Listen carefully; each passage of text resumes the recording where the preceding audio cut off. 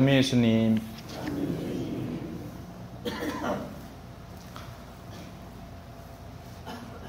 구원의 구조를 단순하게 생각하면 하느님은 모든 만물의 아버지이시고 당연히 모든 사람들의 아버지이시니 우리 모든 이들은 그분의 지체가 되어야 마땅하다는 사고가 가장 기본입니다.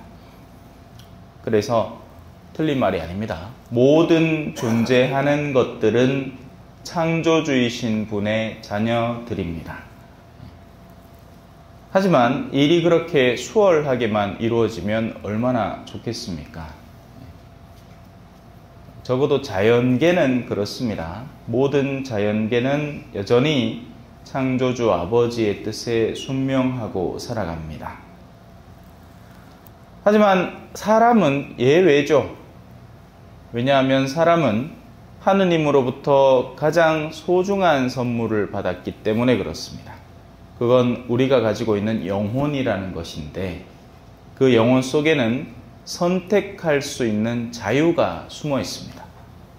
바로 이 자유 때문에 우리는 구원을 기대할 수 있게 되는 거죠. 모든 피조물은 하느님으로부터 구원되기를 기다립니다. 그리고 그건 그들에게 있어서는 자연스러운 순서고 결과예요. 하지만 인간은 선택할 수 있는 겁니다. 무엇을 따를지. 그리고 그 선택에 의해서 진정으로 하느님의 자녀로 거듭나는 사람.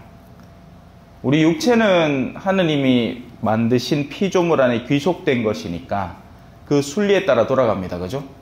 사람이 나고 성장하고 그리고 죽으면 어떻게 돼요? 다시 자연으로 돌아갑니다. 여러분들이 먹고 있는 이 작물들, 그 작물들이 심겨진 흙 속에는 벌써 몇백 년, 몇천 년에 걸친 수많은 사람들의 시신이 그 안에 같이 들어있는 겁니다. 그 흙 잘 보면 흙에도 흙이 만약에 그냥 순수한 규사로만 되어 있으면 거기 작물이 자라겠습니까? 못 자라죠. 못 자랍니다. 양분이 하나도 없거든요. 흙은 수많은 동식물들의 시체와 여러 이 유기물들의 화합으로 되어 있기 때문에 거기에 비로소 작물이 자랄 수 있는 겁니다. 그래서 우리 육신은 결국 순리에 따라서 돌아가게 되는 겁니다. 흙에서 왔으니 흙으로 돌아감을 기억해야 하는 거죠. 그래서 이 첫 번째 탄생, 그냥 세상에 눈 뜨고 응애 하고 태어난다고 해서만 태어나는 것이 아닌 겁니다. 사람은 두 번째 탄생, 영혼이 진정으로 하느님 안에서 새롭게 나야 하는 거죠. 우리 벽진에 항상 이 예비자 한 분이 계시죠. 근데 오늘 예비자 한 분이 더 늘었습니다. 우리 저기 초전에 계시는 분이 저하고 같이, 왜냐하면 다른 시간대가 안 맞아서 워낙에 이제 일이 하는 일 자체의 성격이 없기 때문에, 시간이 없기 때문에 저하고 같이 왔습니다. 대단하죠? 코앞에 성당 있는데 안 나오는 신자들이 수두룩 빽빽한데, 그죠? 신앙을 배워보겠다고, 신앙생활을 시작해보겠다고 이 먼 길을 저하고 같이 이 곡두 새벽에 나오겠다 하니 박수 쳐줘야 되는 겁니다. 아니 그래요. 박수 한번 쳐줘 있어. 자, 이렇게 선택하는 겁니다. 그 누구도 강요받지 않습니다. 새롭게 태어나는 이 삶에 있어서는 사람은 저마다가 선택하는 겁니다. 과연 이 선택이 그에게 작용하고 있는가 아닌가를 알아보는 일은 어렵지는 않습니다. 보면 보입니다. 하느님을 선택한 이들은 어떤 결과를 가져오게 되느냐? 그냥 세례만 받았다고 하느님을 선택한 이들이 되는 게 아닙니다. 하느님을 선택한 이들은 하느님께서 소중히 여기시는 것을 소중히 여길 겁니다.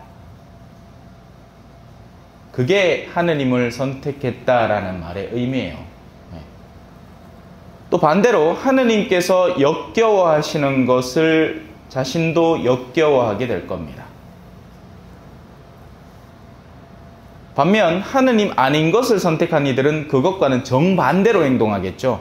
즉 하느님께서 소중히 여기시는 것에 역겨움을 느끼고 반대로 하느님께서 역겨워하시는 것을 탐닉하는 사람들이 되는 겁니다.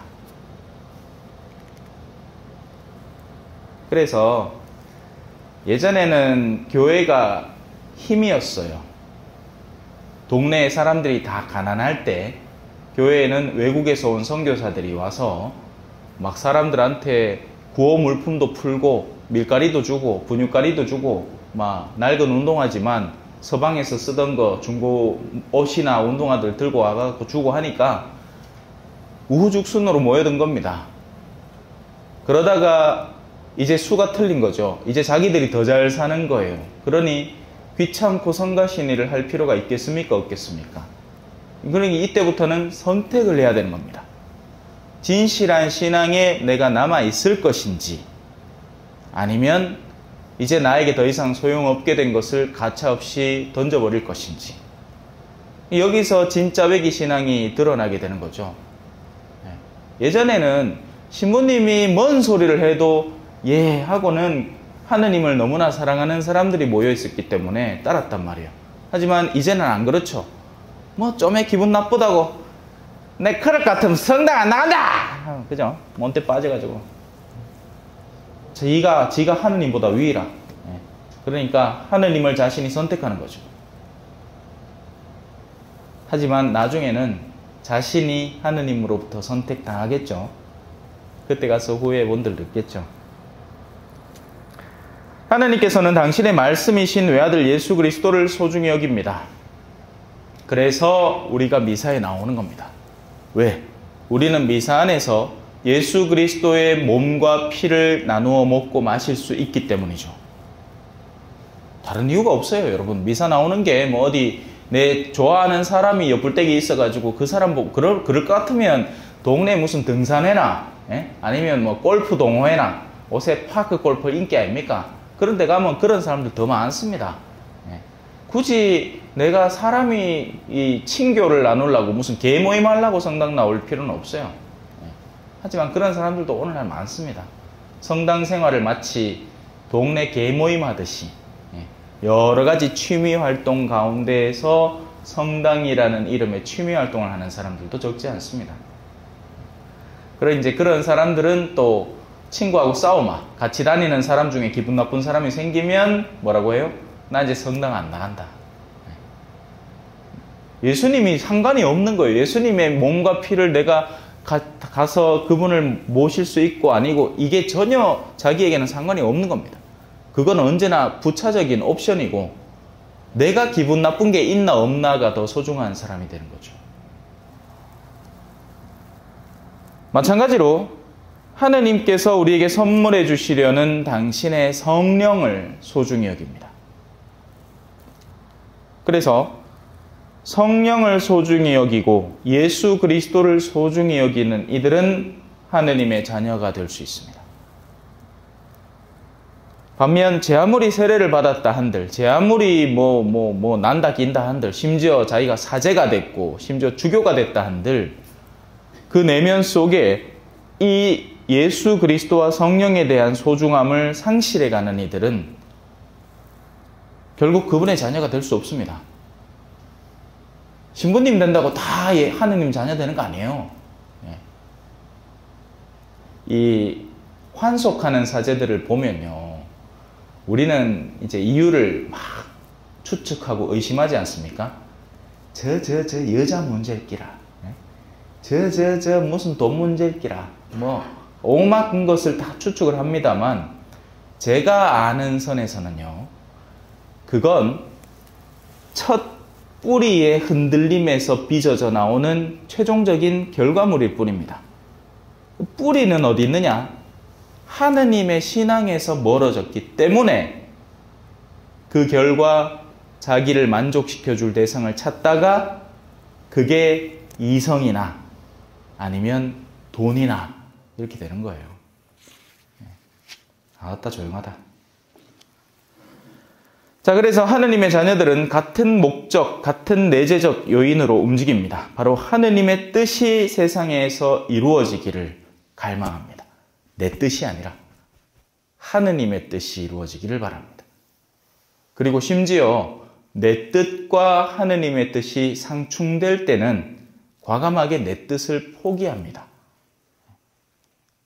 단적인 예로 제가 여자가 싫어서 신부된 게 아니죠. 여자도 좋지만 하느님을 더 사랑하니 내가 선호하는 것이나 더 나은 가치를 위해서 다른 것을 포기한 사람이지, 여자가 싫어서 나는 남자가 너무 좋아 이렇게 하면 오히려 더 큰일 납니다. 그죠? 자,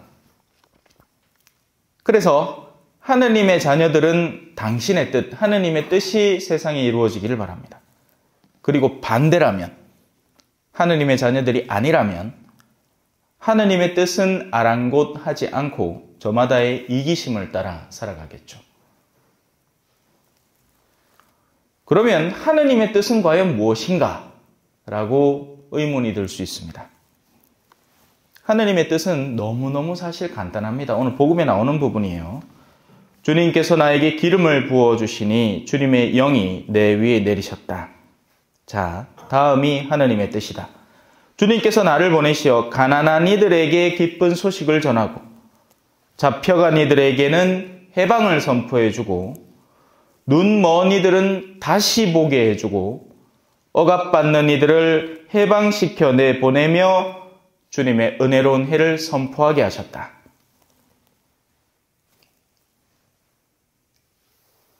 방금 들었죠? 지금까지 수십 년 동안 신앙생활을 해오면서 이 말씀을 듣고 그래서 어쩌라는 겁니까? 라는 의문이 든다면 스스로의 신앙을 의심해 볼 필요가 있습니다. 하느님이 원하는 게 뭡니까? 어쩌라는 거예요? 방금 그 얘기를 듣긴 했는데 그걸 가지고 내가 어쩌라는 말입니까? 그러면 심각한 겁니다, 사실.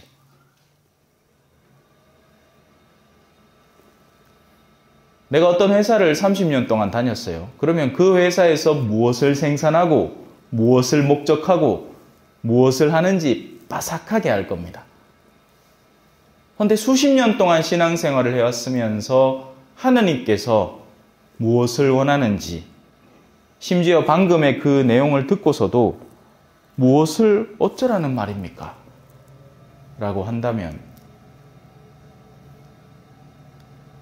위중한 사람. 하느님의 자녀들은 자신들이 할 바를 알고 있고 누가 뭐라고 하지 않아도 이미 저마다의 자리에서 방금 선포된 말을 구체적이고 실천적으로 실행하고 있기 때문에 그렇습니다.